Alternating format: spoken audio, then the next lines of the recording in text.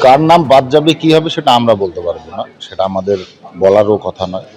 তবে এটুকু অ্যাসুরেন্স দিতে পারি কেন্দ্রীয় সরকারের পক্ষ থেকে যে আগামী 2024 সালের 31 ডিসেম্বর পর্যন্ত যারা এসছে তাদের কাউকে ভারতবর্ষ থেকে বাইরে পাঠানো হবে না।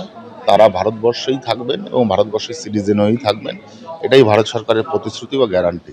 এটা তো জানি না আমরা, ইলেকশন কমিশনের উপর ডিপেন্ড করছে কি করবে না করবে, আমাদের কাছে কোনো ইনফরমেশন নেই।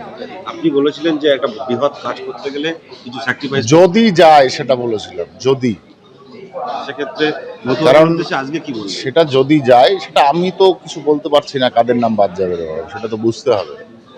যাদের নাম থাকছে একটা লিগেল ভোটারের নাম বাদ যাবে না, এটুকু আমি গ্যারান্টি দিয়ে বলতে পারি। এই মতো পরিস্থিতি এত নাম বাদ গেলে আপনাদের জয় কি সম্ভব? আর সেটা পরিস্থিতি অনুসারে দেখা যাবে কি হয়। বাঁকুড়াতেও প্রকাশিত হয়েছে এসআইআর এর চূড়ান্ত তালিকা, যেখান থেকে তথ্য পাওয়া যাচ্ছে মোট 1,35,000 নাম বাদ যাচ্ছে, এরকমই কমিশন সূত্রে খবর। বাঁকুড়া পৌরসভার 1 নম্বর ওয়ার্ডে বাঁকুড়া বঙ্গ বিদ্যালয়ে একেবারে লিস্ট টাঙিয়ে দেওয়া হয়েছে, চূড়ান্ত ভোটার তালিকা টাঙিয়ে দেওয়া হয়েছে। বিচারাধীন তালিকায় সেখানে পুলিশের প্রাক্তন এসআই রয়েছেন, তিনি উদ্বেগে ভুগছেন। অর্থাৎ এই যে বিচারাধীন তালিকা যেটা বলা হচ্ছে, যেটা নিষ্পত্তি এখনো বাকি রয়েছে, সেই তালিকায় বাঁকুড়ায় পুলিশের প্রাক্তন এসআই রয়েছেন।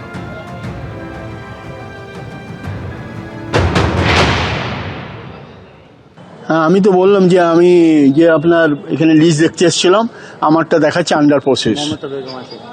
আমার বিচারাধীন দেখা ইয়াতে নির্বাচন কমিশন আমাকে দেখাচ্ছে। কোনটা?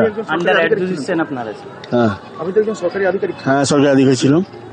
নামের পদবীর জন্য ভুলের জন্য এটা, এবং সরকারিভাবে 13 নম্বর নথি যেটা আমাদের নির্বাচন কমিশন, মাননীয় নির্বাচন কমিশন দিয়েছিলেন, সেটা আমি পিপিও জমা করেছি। কতটা চিন্তার মধ্যে রয়েছেন? আমি উদ্বিগ্নের মধ্যে আছি। আমি এখন কি করবেন? এখন অপেক্ষা ছাড়া আমার কোনো উপায় নেই, আর কি করার আছে আমার। ঠিকই আছে, আমার তো নাম আছে ভোটার তালিকায়, কিন্তু এই কিছু জনের দেখতে পাচ্ছি আন্ডার অ্যাডজুডিকশন হয়ে আছে, তারা এখন একটু উদ্বিগ্নের মধ্যে রয়েছেন। দেখুন, আমি স্পেকুলেশনে বিশ্বাস করি না। নির্বাচন কমিশনের বিষয়, নির্বাচন কমিশন লিস্ট বের করবে, যা বের করা বের করবে। আর এখন তো বাদ দেওয়া নাম বিষয় নেই, তার কারণ দু ধরনের লিস্ট বেরোবে, একটা অ্যাপ্রুভ আর যেগুলো ভবিষ্যতে অ্যাপ্রুভ হবে। অতএব কারা বাদ গেল সেটা বোঝা যাবে হচ্ছে গোটা প্রসেসটা যখন শেষ হবে তখন। তার আগে কেউ বুঝতে পারবে না কার নাম বাদ গেল।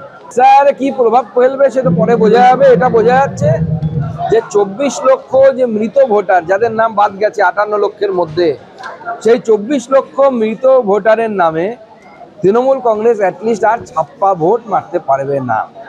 আমাদের কাছে যা খবর, এই 24 লক্ষের মধ্যে 60% ভোট তৃণমূল কংগ্রেস প্রতি নির্বাচনে ছাপ্পা দিত, সেই ছাপ্পাটা দিতে পারবে না। এবার জনগণ তৃণমূল কংগ্রেসকে ধাপ্পা দেবে। বিজেপি কিন্তু ইতিমধ্যেই আক্রমণ শানাতে শুরু করেছে। 58 লক্ষের নাম খসড়া ভোটার তালিকায় বাদ গিয়েছিল এবং পশ্চিমবঙ্গের চূড়ান্ত ভোটার তালিকা যখন ধাপে ধাপে সামনে আসছে, এখনো পর্যন্ত নির্বাচন কমিশন সূত্রে দাবি করা হচ্ছে আরো 7 লক্ষের নাম বাদ গিয়েছে, অর্থাৎ সংখ্যাটা কিন্তু 65 লক্ষ ছাড়িয়ে যাবে। আর ইতিমধ্যেই কেন্দ্রীয় প্রতিমন্ত্রীর বক্তব্য আপনারা শুনলেন, সুকান্ত মজুমদার। আর এবার আপনাদের শোনাবো এবিপি আনন্দ, এগিয়ে থাকে, এগিয়ে রাখে।